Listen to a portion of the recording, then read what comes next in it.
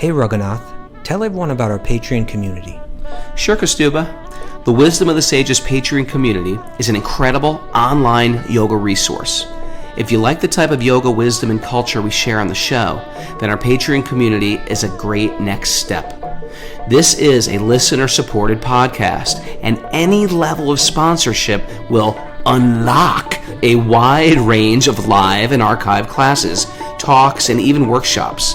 Raghunath teaches, I teach, and we have a host of other excellent teachers on topics ranging from yoga philosophy, asana classes, storytelling, Ayurveda, kirtan, cooking, meditation, and a lot more. We even have an incredible online Bhakti 12-step recovery group. So if you want to check it out, go to patreon.com/wisdom of the sages. All right, let's get it on. Om Namo Bhagavate Vasudevaya. Om Namo Bhagavate Vasudevaya. Om Namo Bhagavate Vasudevaya.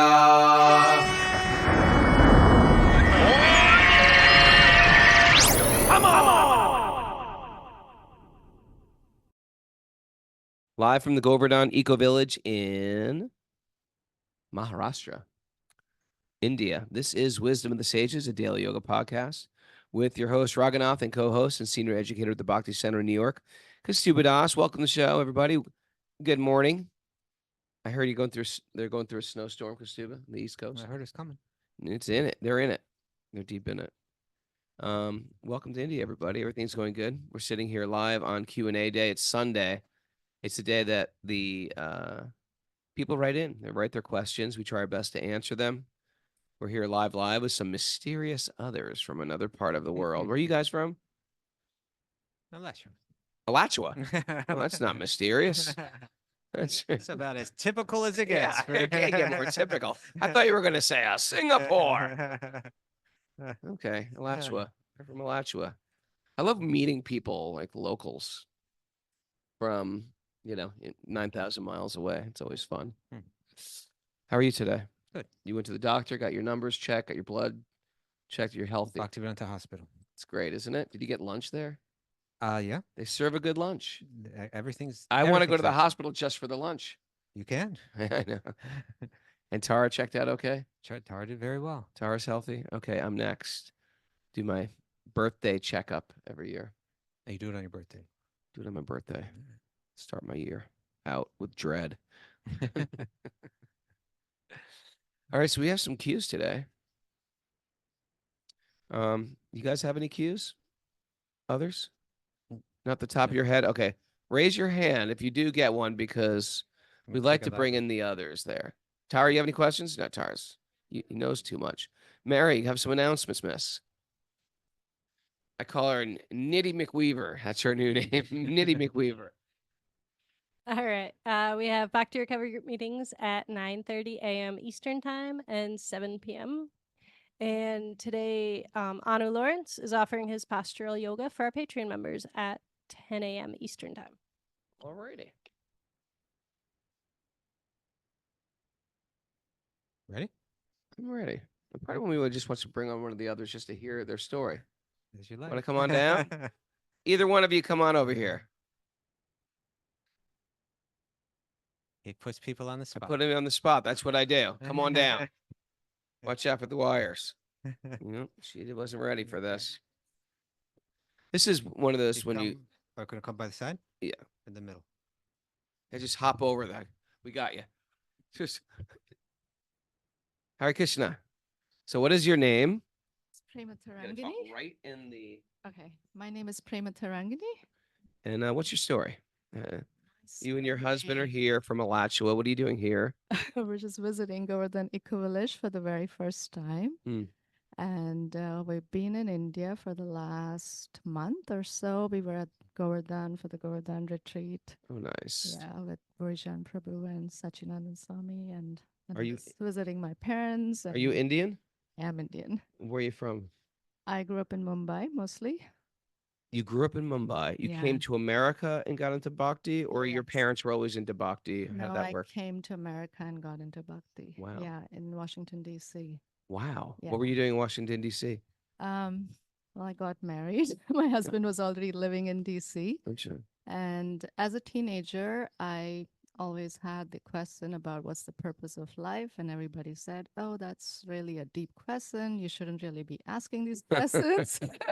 It's too deep. It's for later. Yeah. So I never got a good answer. But yeah, the question kind of stayed back of my mind. And yeah, and when I went to the DC temple first time, it was just such a heart-touching experience. It's not that we've not been to other temples before, Mm. but it was just such a heart-touching experience for both of us, and we thought we should explore. And Oh. we started exploring and Wow. started going back every Sunday. And So he wasn't into it either. no, he wasn't into it. Oh, wow. No. It was really like love at first sight. Wow. And so you both fell in love with Krishna at the same time. Yeah. Now, were your parents religious? Just an average, traditional family. Yeah. Not There's like- really anything particular. You know, the Indians, Yeah. they have this like natural dharma, Mhm. but sometimes they're dharmic, but they don't necessarily have like a strong spiritual path necessarily. Yes. Wow. Yeah. And what are a couple nice people like you listening to Wisdom of Sages? That's what I would get shocked. Like, you guys, really? You seem so normal. Yeah. So actually, we started in 1998. So it's been a good 25 years since we started practicing Krishna consciousness. Okay. We came across Wisdom of Sages a couple years ago, but I started listening to it more regularly, maybe in the last year or year and a half. And Okay. I get so much from it, just, yeah, both of you are just amazing, Well, thank you. Yeah, just very nourishing and very insightful. And I just like the vulnerability that you bring into the show, which you don't find out there so much. And it's just Well, it helps to accessible be for a train wreck.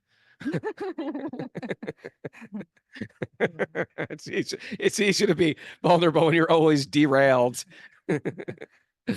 Well, thank you so much. It means a lot to me that. Yeah. What do you do? I'm a physician by Oh. training. I'm a pediatrician, but I quit work about 10 years ago, a little over 10 years ago. I've had some complicated spine surgeries and stuff, just can't be on my feet all day.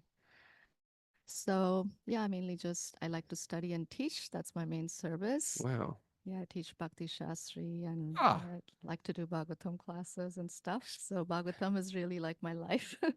So I love, of course, I love this, podcast. Oh, It's all around Bhagavatam. Wow. I find it fascinating when healthy, normal people listen to our podcast. We're a bunch of dented cans here, but we feel really honored. I'm going to tell my mom that a doctor listens to us. See, Mom? I'm a total dented can too. Yeah, oh, come on. You don't know what a dented can is. Now get out of here. Get out of here. You want dent? I'll show you dents. And your name? Prema Tarangini. Prema Tarangini, and your husband? Sachi Kumar Das. Sachi Kumar. Good names. Whew. Thank you so much. Okay. Prema Tarangini, the waves of prema. Is that? Yeah, Prema Tarangini. Oh, Kastuba makes me feel good people. something happening good. All right. Jagirat here. Hari just showed up. He looks very undented too. Look at this guy. All right. Ready? Yeah. Question number one. Question number one. This is good. It's Q&A day. If you're listening to this on us on Facebook, hey, we do this. They're not. Forget it. No. If you're not. All right. This is a question from Graham via email. I have been an avid other for a little over a year now.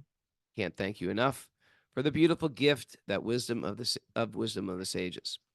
I listen almost every day and have been catching up on old episodes while I work, sometimes listening for 6 or 7 hours at a time. Oh, we need to talk. What is he, like, stocking shelves or working in a toll booth? 6 or 7 hours. I'm going to tell your employer.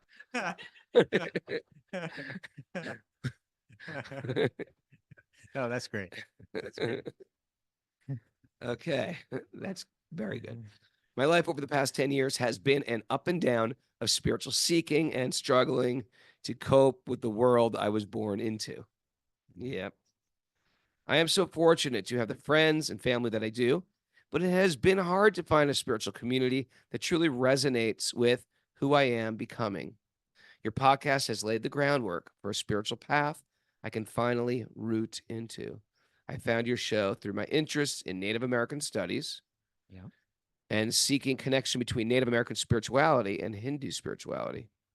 I found episode 179 in my search and have been hooked ever since. That, which that was about parallels between Native American spirituality and Bhagavatam. Mhm. Your ability to speak such deep, profound truth in a concise and relatable manner, that's you, has been bubbling, has been a bubbling spring, has been a bubbling spring in the middle of a desert. I recently joined a sage group, which I'm so blessed by. I've made beautiful friendships and feel like I have so much more inspiration in my life. That's great. That's great. Thank you again, and I hope to join the morning Zoom soon. This is Graham, right? Yeah. Okay.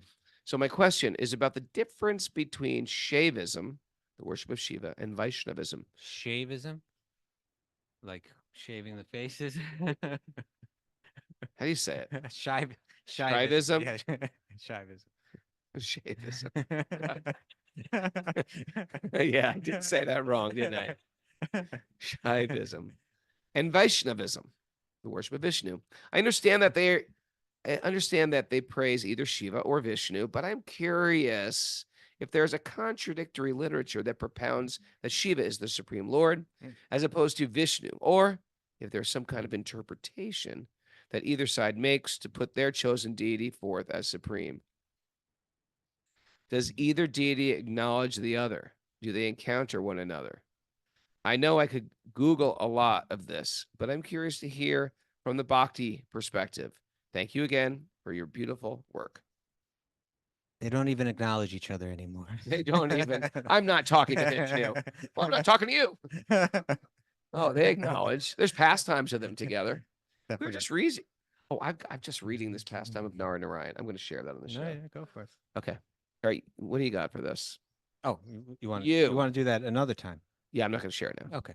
Well, it's a huge question. It's a beautiful question. But we could talk easily this whole show on this one question. I mean, and so essentially the question is, here's two deities. I remember reading in Edwin Bryant's Yoga Sutras. Yoga Sutras, where he did so much really excellent research. And he did a lot of research into the term Ishvara, right? Because of course in the Yoga Sutras it mentions Ishvara Pranidhanta.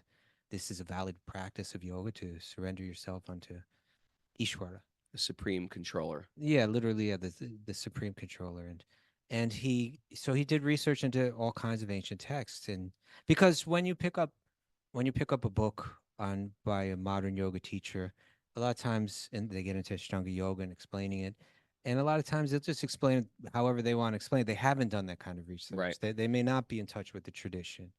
And so, well, Ishwar can mean, and then they'll just dot. It can mean anything. Celibacy means. Yeah, or, yeah. Ishwar means like you can mean yourself. It could mean your love. Ahimsa mean. I like ahimsa. Ahimsa. You ever hear this one? Ahimsa means be kind to be yourself. kind to yourself. Yeah. I never heard that. I never heard any ashram say that. Okay. So yeah, so he did a lot of research into the term Ishwar.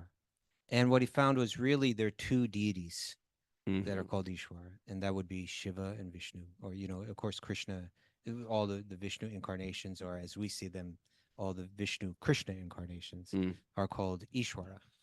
And so this question, the way that we would approach this question, is that you would look in two places, especially, because there's this this is the one thing that, if you approach Indian spirituality, and when I say Indian, I mean the writings of Vyasadeva, the Vedas, the the Upanishads, the Mahabharata, the epics like Mahabharata, and the Puranas, which Srimad Bhagavatam is one. If you just approach that, just come to it, it seems like a lot of contradictory things are being said all over the place. It's really hard to wrap your. It's not like you have just one book and the book is really tightly focused. It's this vast amount of literature and a vast amount of ideas, and something that may be really foreign to Western thinkers is that it's not like and I'm not, when I say this, I'm not even trying to say that I even understand exactly where Christianity goes with this, but like you read, I think from the Old Testament, like I'm a jealous God, right? Right. And if you worship other, then you're in trouble. It's something, Yeah. it's something along those lines. When you get over here to the East, it's not like that. Yeah. It's not. It's like Krishna in the Bhagavad Gita he'll say, I'll read it. Just a second. So he'll say, if I can find it. Jealous God. He doesn't say I'm a jealous God. He says,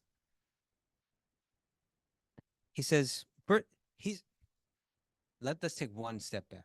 One more step back. Okay. You ready? Easy. Okay. Go ahead now. Slowly though. Go slow. I think that Western people that come to Eastern thought, Hmm.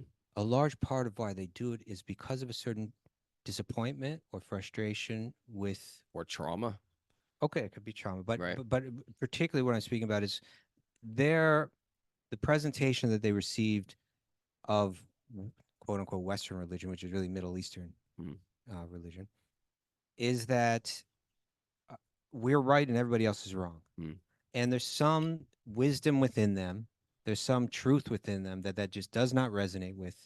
This can't be truly spiritual if it has such a narrow, such a narrow way of understanding. If it can't recognize genuine spirituality, genuine goodness in people from all traditions, I can't give my heart to it. I can't accept it. And so then they swing over to the Eastern, which is, oh, hey, it's wide open over here. Anything goes. We're all God. Yeah. This is great. Thought I was a loser. No. So the pendulum swings from like we're right, everybody's wrong, to everybody's right. This is so good. Right, everybody's right. Anything goes, and that's really not. That's really not the synthesis of. There's a synthesis of these two viewpoints. I'm still a loser, you're saying? No. But the synthesis is that there's what the these Vedic texts show is that there's a validity in so many different viewpoints or faiths or traditions. They're not invalid. They're good. They're beautiful. They're helpful. But they do kind of like evolve in a pattern, right? They evolve. They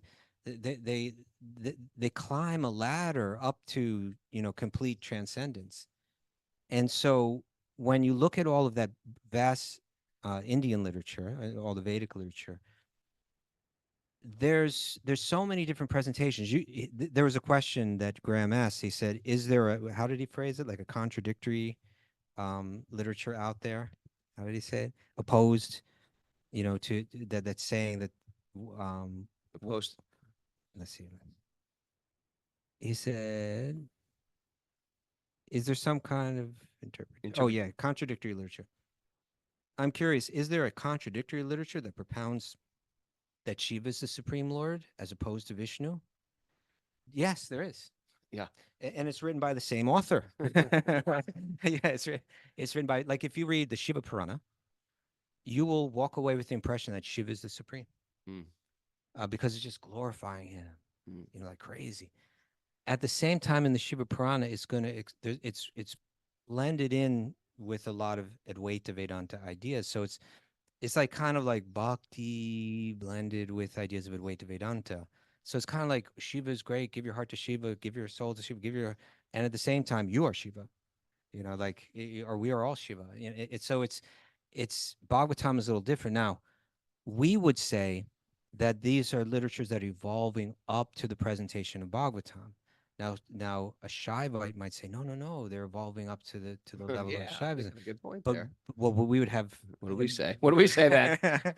We would say that the author himself is the person that we're going to get this settled by, right? Okay. Because we can say the same author wrote both, so we need to go to that author to find out exactly. And that's why I say Okay, it's what like does that, he say? it's like that Woody Allen film, What is in Annie Hall, where Woody Allen's like in line for a film, and it's some avant-garde film, and some guy behind him is like interpreting it in some way. Oh yeah, and he steps out of himself, or he talks to himself. Well, first he's getting all frustrated and upset. This guy doesn't understand it at all. Oh, he's totally misinterpreting the whole thing. Mhm. And then his girlfriend is saying, "Just calm down, it's okay." And it keeps going on. He's getting more frustrated, and she's saying, "Take it easy." And he says, "No, I can't take any more." And then he steps out of the frame. No, first thing he does is he goes up to the guy and says, "You misunderstand the whole thing. You don't understand it at all." And the guy's like, "Well, I happen to be a PhD in this very writer's works," and and so then he says, "Okay, one second." He steps out of the frame, he comes back in, and he has the actual writer writer. himself, and the writer looks at the other guy and says, "You don't understand anything that I was trying to say. You completely misunderstood it." And so, in a sense, we can do that. All right, so where does Vyasadeva say, no, Well, Hare Krishna? what we have is in the Srimad Bhagavatam itself. Both are works of his own, Okay. but he's explaining himself and his method in the Bhagavatam, and he does that through the story where he's written all of these texts, and he's still feeling despondent. Something's missing. Something's not right. He doesn't quite understand why. And then his guru Narada comes to him and explains exactly why you're despondent, because you've shared so much. You've done so much good work for mankind through your literature, and he mentions, and even the Mahabharata, right, like which has the Bhagavad Gita in it, which is pointing towards Krishna Bhakti. He says even that's there, but you have not been very fully explicit in explaining Bhakti as the full evolution, and explaining Krishna Bhakti as the complete evolution of the self. That there's one root to all existence, and you haven't fully spoken to that. So now that's what you need to do. So then Vyas, he explains. Then he went back, he revised the Srimad Bhagavatam, and he made it very explicitly clear. Beginning from the very outset with Om Namo Bhagavate Vasudevaya is the invocation. Then the verses that follow that are very explicit. This book is not going to speak on any of those other lower levels. This is the cream of the Vedic literature. If you churned it, if you took it and kept churning it and churning it and churning it until you got to its very essence, that's this Bhagavatam. And the Bhagavatam clearly, without any ambiguity, makes it very clear that Krishna is the root of all existence. He is many times we'll hear the word the Vishvatma, the soul of the universe, the mula, the root of everything, and of course he's fully glorified, and his pastimes are given there for the purpose of our meditation in the 10th canto, which is a huge canto of his life. So Shiva Purana doesn't say anything like that. No, there's nothing like, as far as like they say it too. There's nothing. That's my like that. question. I think that's his question too. No, does the Shiva Purana say, well, actually, the real stuff is no, here? it doesn't. And if we go to the Bhagavad Gita, so these are our real two sources. Like, how is it approaching the Bhagavad Gita? Because the Bhagavad Gita is very much like taking the entire Upanishads and explaining it in one conversation. Or something that's called Gita Upanishad, because you get the essence of the Upanishads in it. And there, Krishna is very explicit. And there he'll say, and I'll read now. You see, and I wanted to say that before I got into this, because this stuff sounds heavy when he says it. But he says, those whose intelligence has been stolen by material desires, right? What is kamais taister hritya jnana? That kama, the desires, hritya jnana has stolen the clarity of their vision, their knowledge. He's saying those whose intelligence has been stolen by material desires, they surrender unto the demigods and follow the particular rules and regulations of worship according to their own natures. What if they say Shiva's not a demigod? Well, we can get there in a moment. Okay. I'm I'm really using this to illustrate. I mean, of course, he is called like Mahesh, like that's and other names. But the reason why I'm sharing this to show how this isn't like worship any other god and I'll flood your city or something like that. Right. It's like, because this is what he says next. Although he did say it has to, And we say something like that, it sounds like a big insult, but I think what Krishna is saying is that their clarity has been covered by their desires. Let's just Sure. say it. So then he says, I'm in the heart. I'm in everyone's heart as the super soul, Paramatma. And as soon as one desires to worship some demigod, he doesn't say I flood their city, I burn down their home. I steal their wife and cattle. What? he says, I make their faith steady. Huh. I make their faith steady so that they can devote themselves to that particular deity. Endowed with such faith, they endeavor to worship the particular demigod and obtain their desires. So he's saying that'll be good for them. Mm. That'll be good for them. If they're not ready to say, I'm coming to you, Krishna, and I want nothing but love.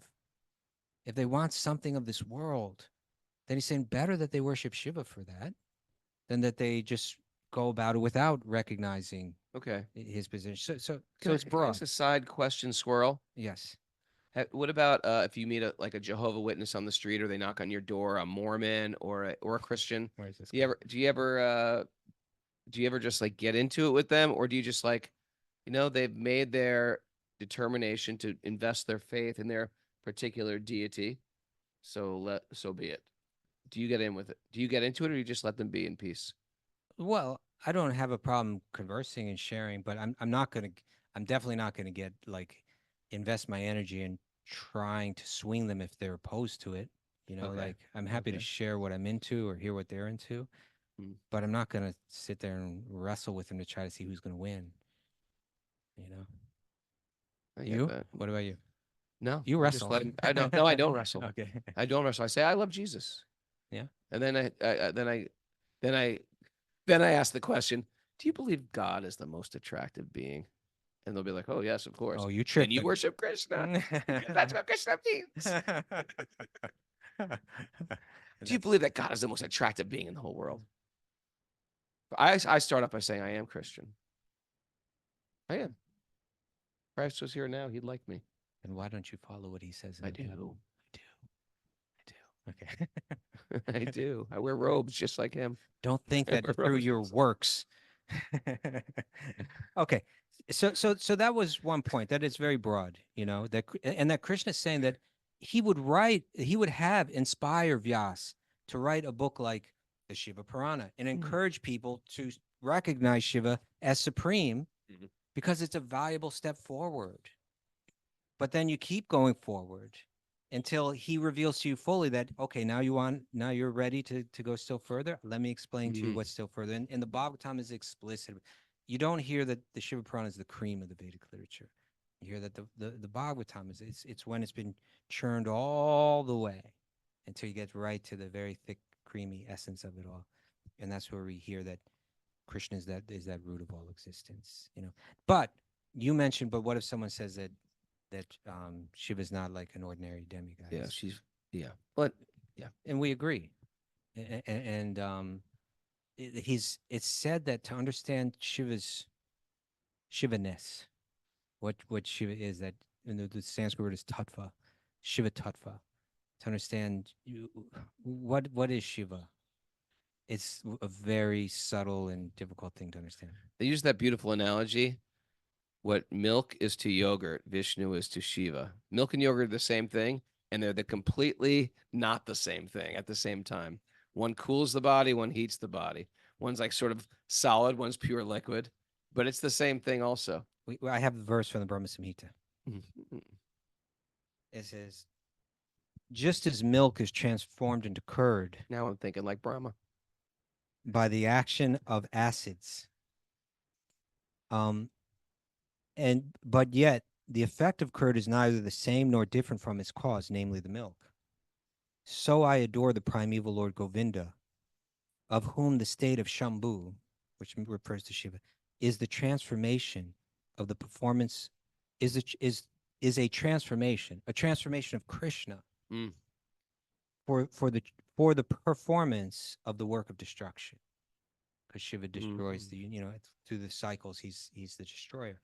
In the commentary, Srila Bhaktisiddhanta Saraswati Thakur writes, so Shambhu or Shiva cannot be called a jiva, right?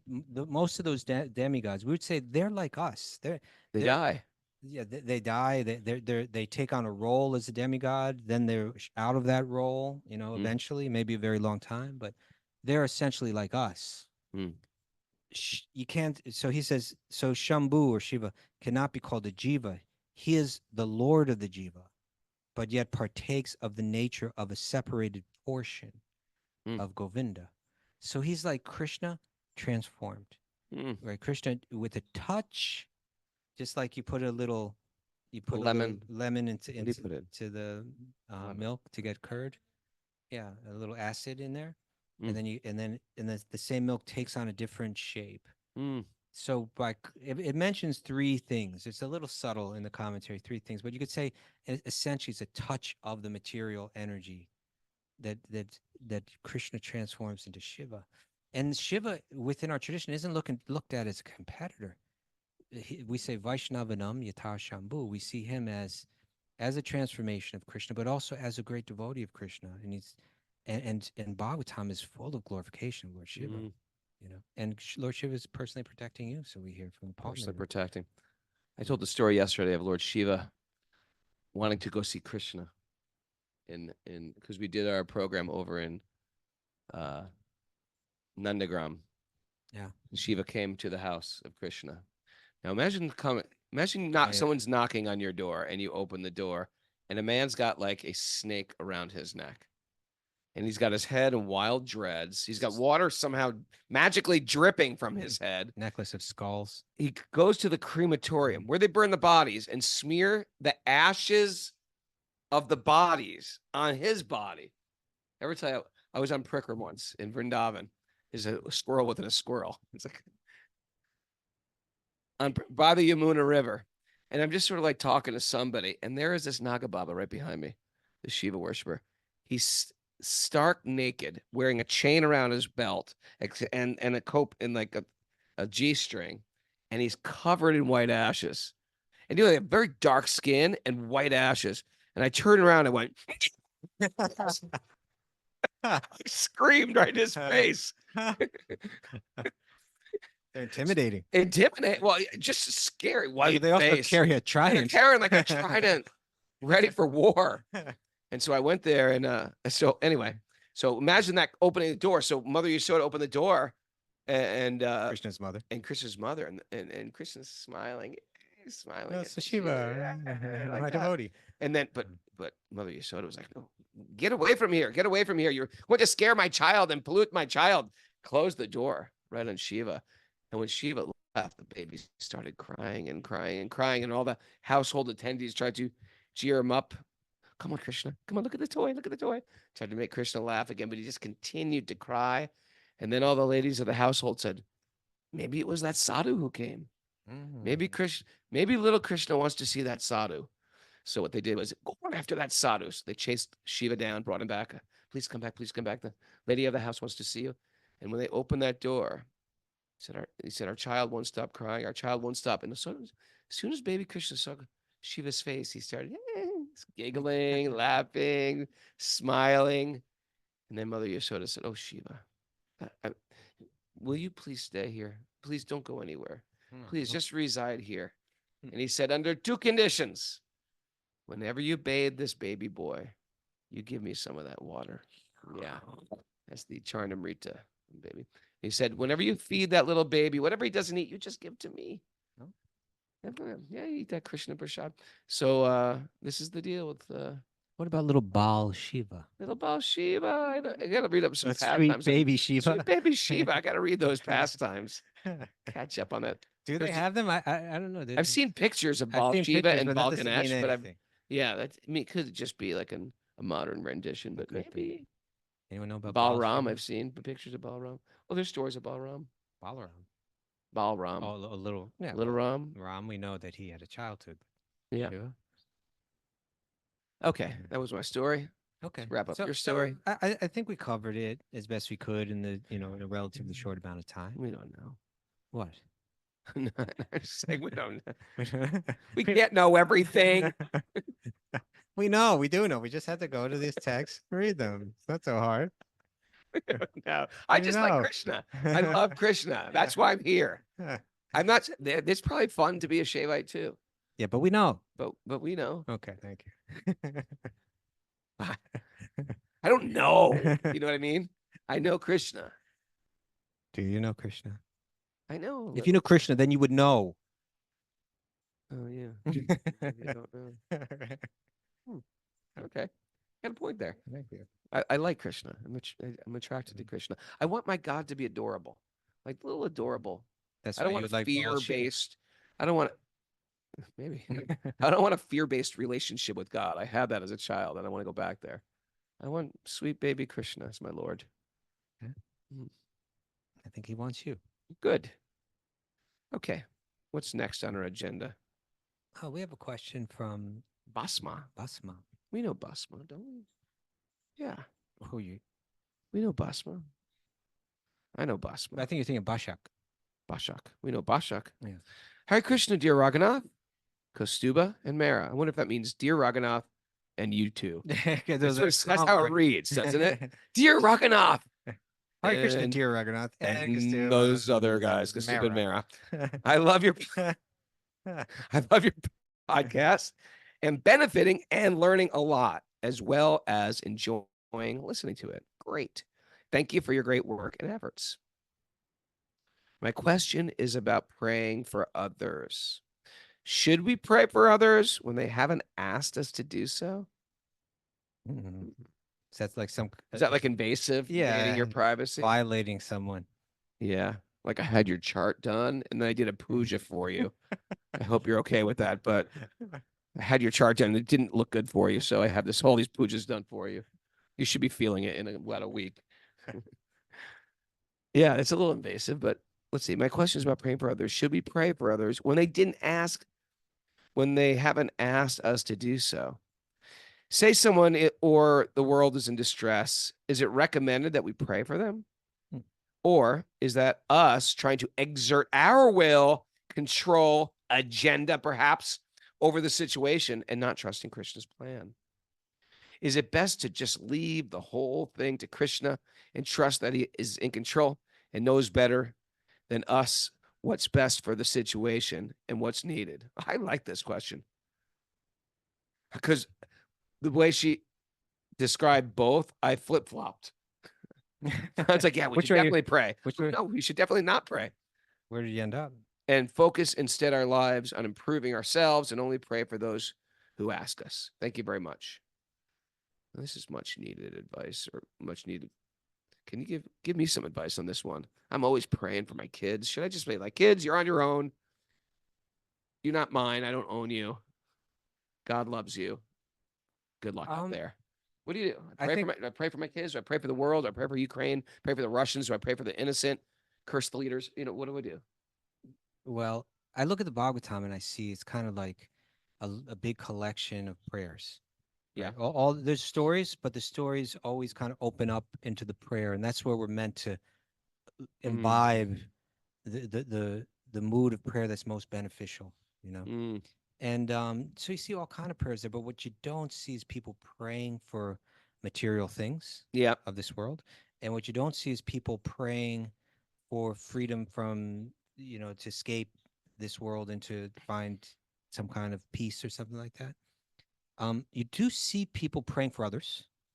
You do. But are they praying for like material things? Like, well, I'll tell you what they should she not pray for like, okay, I hope he passes the exam. I hope my son passes the exam. I hope he gets a good wife. I don't find prayers like that in Bhagavatam. Okay, so I'm saying, why not pray for them, but pray that what can I share my prayer? All right. It's simple. I pray for their simple one connection. Oh. I pray for my enemies, deep connection. I pray for my friends, deep connection. I pray for my kid. I pray for the guy who's on deathbed, not to get better and not to die. Whatever, God, I pray thy will be done, but I pray for their souls, deep connection, whether they live or die. Very nice. I have one prayer here from. Is that good? As far as I'm concerned, it's good. I'm just trying to get your validation here. This is from Prahlad. Okay. Sri Prahlad. The Prahlad or the Sri Prahlad. No, the Prahlad. He's also Sri Prahlad, but the okay, Prahlad. but the Sri Prahlad. Prahlad. The son of Hiranyakashipu Prahlad. Yes. So this is his prayer from Bhagavatam, 5th canto, 18th chapter, text 9. May there be good fortune throughout the universe. Jai Ho. May all all hostile persons be pacified. Ah, yes. May all living entities become calm Ah, by practicing bhakti yoga. And by accepting devotional service, they will think of each other's welfare. mm, Therefore, let us all engage in the service of the Supreme Transcendence, Lord Sri Krishna, mhm. and always remain absorbed in thought of him.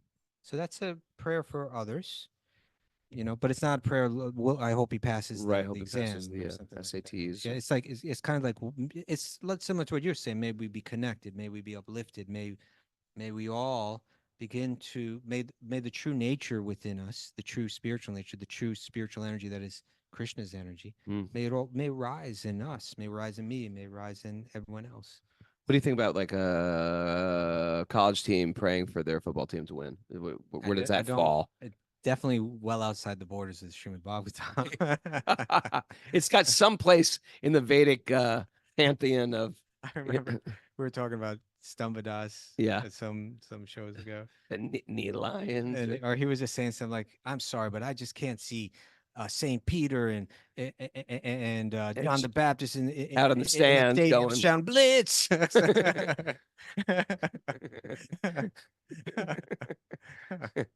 Yeah, somehow like American football, it's like somehow tied into religion. Like they're praying for their team and they're, Yeah, I think it's not just American football. I think you go to Brazil, you go to Europe. Yeah, I you're gonna guess they're find praying to people. Jesus for their team too. Yeah, I think we got some nodding going on from the audience over I think Jesus favors the team that wins. there. I think it has to do with their karma.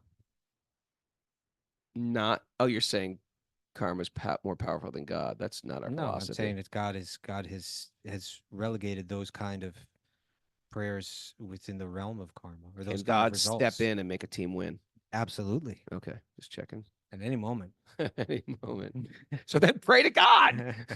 Yeah, and maybe you'll get that, but you won't get what's. You won't get love of That's God. like saying, that's like saying go to a billionaire and ask for a nickel. Right. Why do that? Yeah. Okay, I got you. All right. Should we take one more question? Yeah. There you go. Take a deep breath, right? Take a deep breath. I heard on the news that somebody found a can, digging in garden. They found a can of gold coins in perfect mint condition in their backyard. And because there's a numismatic value of one of them was worth $1 million. Then they found 5 other cans. Now, is my desire to find treasure materialistic, or is it just like I love adventure and that's a good thing? What do you think? I will not judge. I will not judge. I dream of these things every day, but it's not for the money. It's just for like, you know what I mean? For the thrill. For the thrill of it. Yeah. Like you're like doing demo in your house and you're behind the wall. There's a thing. Come on. It doesn't engage me at all. Not at all. Huh? Okay. We are cut from 2 different pieces of cloth, my friend. What happens? This is from Saraswati, a regular Zoomer. Right. Hello, Saraswati. From Illinois. From Illinois. What happens to the soul when we die? And the body dies. Or what advice do you give families or me as a hospice nurse? Okay. Hospice nurse. That's serious. To teach families and or patients to help them leave their body. How can I explain while not causing harm to their religion? Oh, that's a good one. Sensitivity. Right Sensitivity, huh? You got to be like an expert physician, always giving the right amount of medicine, right? You don't give anything, they may not get better and they may not relieve their grief. If you give too much, you're like, get out of here. Why are you telling me this and trying to go against our spiritual tradition, That's right? exactly why Vyas writes that literature in exactly that way, in that broad way, because not everybody's going to be ready to go straight to the Bhagavatam. Sure. It's a very, very, it's probably a reason why Saraswati like just got so serious. Like ever since we met her this summer or last summer, I can't remember. She just listens to Bhagavatam every day now. That's great.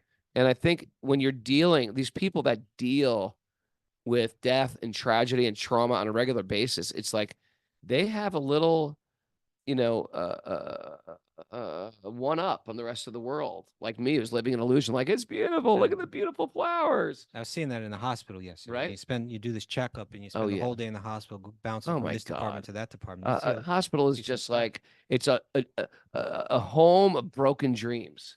You see people, they get wheeled in. Oh my God. They got that thing on their wrists so they can just plug in the feeding tube Oh whenever yeah. they need to. Yeah.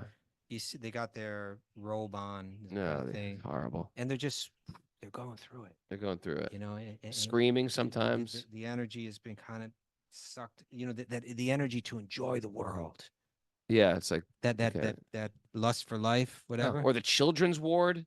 Oh, it's sad. Yeah. It's just one. It's one like sober. I don't see a sick child. I never see a sick child. It's very rare I see a sick child.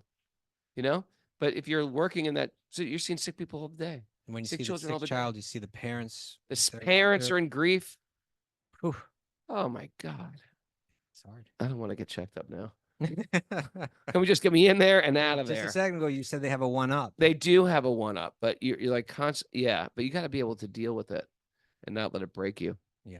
You know. But anyway, What you just said right now. is the answer to her question. Well, it reminds me of an answer that it was almost exactly a year ago. I think it was December 31st last year. Well, not last year, but the year Remember before. that. Because I was here and I remember we did two shows, one on the 31st and one on the 1st. And in both of those shows, you see it was Kelly Becker that asked a question. For this. Like, it was meaningful. And Kelly Becker asked that question, like she works in those kind of wards. Oh yeah. And she was saying, how do I not? And there was a patient that just woke up in the hospital, couldn't speak, Oh my God. maybe couldn't even hear. It was like they were just kind of like they just woke up Didn't know where without they were. their senses in a hospital, not knowing anyone. And I think it was even like they couldn't even identify who it was. Hmm. So they're just kind of like taken from the world and dropped in the hospital and they can't even communicate. Wow. And she was doing whatever she could in her power to give some sense of relief or something to him. And at the same time, it was for her, it was becoming a bit overwhelming. It was kind of like she Sure. was living with it all day, every day. And it was Yeah. kind of, so she was asking, how did you phrase it? Not let it take over your life. Not let it break you. Break you. And so then we reached out to 3 different people. Okay. We reached out to Kula Pradeep, who's a hospital chaplain. Oh yeah. We reached out to Dunya, who's like a counselor, Okay. relationship counselor. And we reached out to Ganesham, who's a hospital chaplain. Mm. And we got wonderful answers from them. But Ganesham wrote it as a letter. And it was so insightful that the next day we took it and we read it again. You got it? I got thought you were gonna parts pull of that it. up. I do. I have parts of it. Okay, read what you that got. are particularly relevant to this question. Because so this question is, okay, she's working in the hospital. How did she describe herself? She said, "What happens to the soul when we die, or what advice do you give families?" But her role, she said, her she role is she's hospice a hospice nurse. nurse. Okay, so she's right in the thick of it.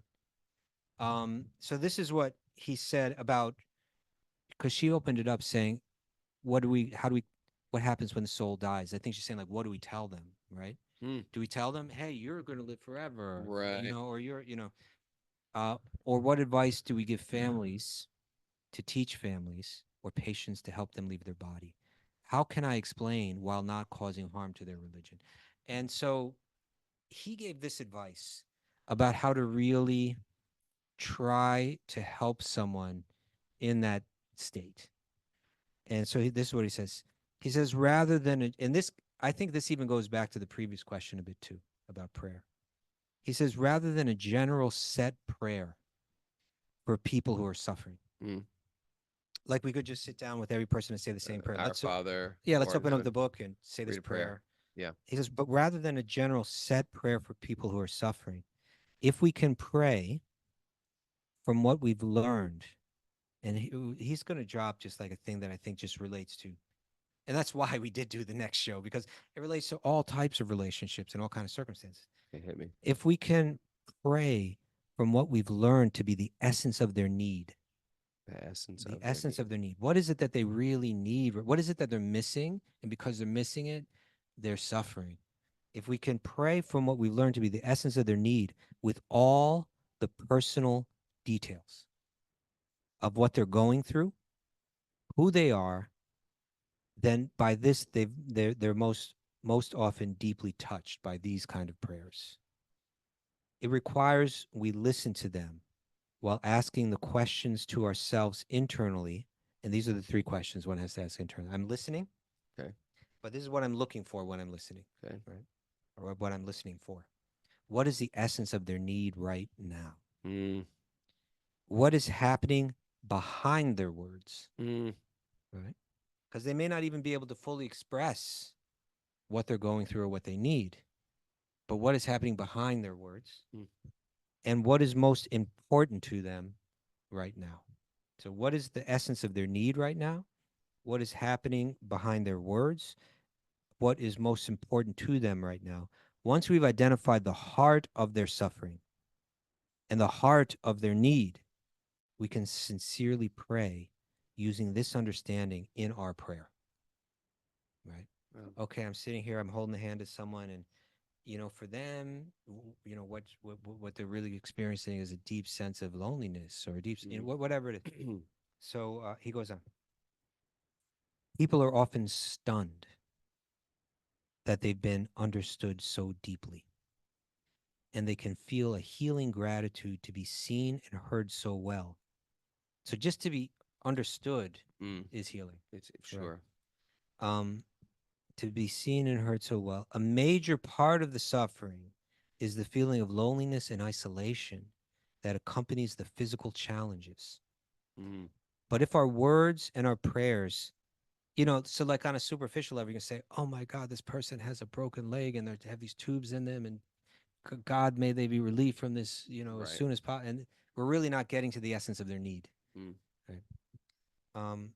Okay, so you could continue. But if a major part of the suffering is the feeling of loneliness and isolation that accompanies the physical challenges. But if our words and our prayers display a true understanding of their pain and need, it may help to heal things a little and bring back faith and trust in goodness, love, meaning. They may have lost touch with those things, i.e., faith in God. So this is what this is kind of how he works using these guidelines. And I think that Sarah could gain from them. We don't necessarily, it's not necessarily our forte or our duty to kind of bring them to the deepest understanding now. Right. But it's our duty to help relieve their suffering. Sure. And ideally through truth, not through illusion. So which will take them a step or two steps forward, or whatever it is. Don't lead with, there are cowherd girls. Take it back a little bit. And you are one of them. And You're about to find out very soon.